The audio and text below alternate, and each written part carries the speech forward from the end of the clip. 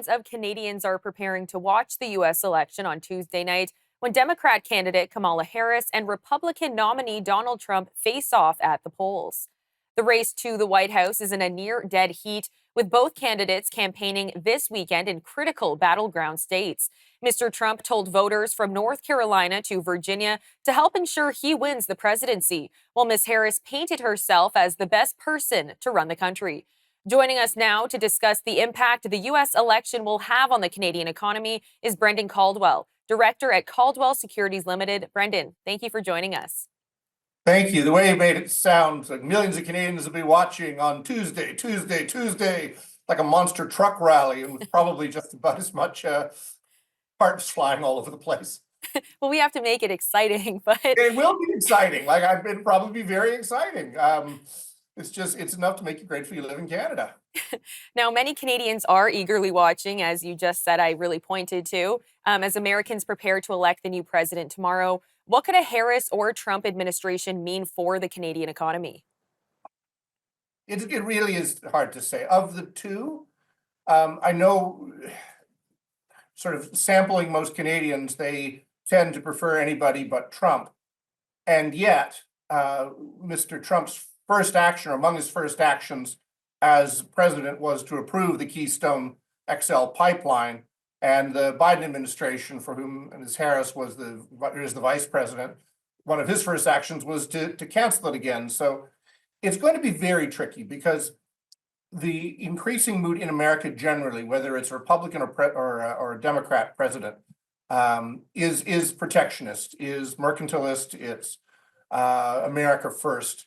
So it will be incumbent upon whoever is the prime minister in Canada during the next administration to be able to get along with the president, because that's really where the deals get done. Every congressman, every senator is interested in her or his own state or district, whereas it's really at the presidential, prime ministerial level that deals that are in any way in favor of Canada get done.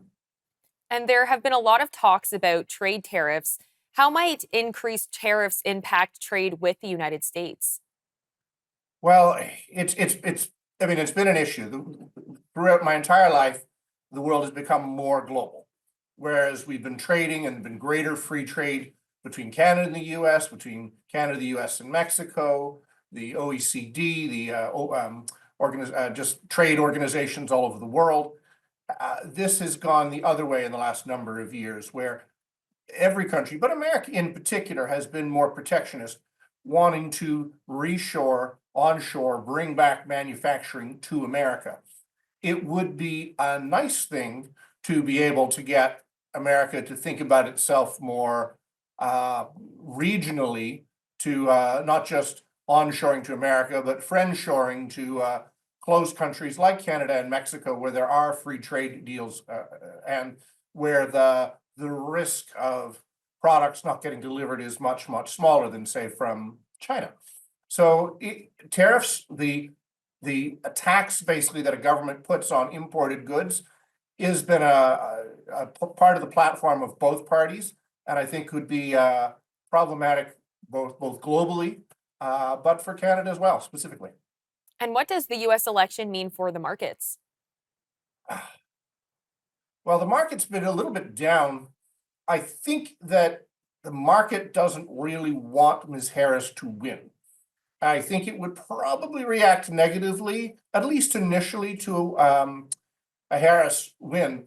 Although, funnily, when Donald Trump won back in, 2016, the market initially reacted very badly. It was totally taken by surprise, and first thing in the morning came off precipitously, only to rally and close up.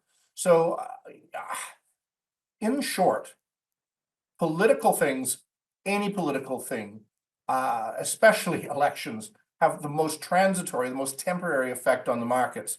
They are not really long-term determiners of economic success, nor of the market direction, but they are something for people to talk about and react to.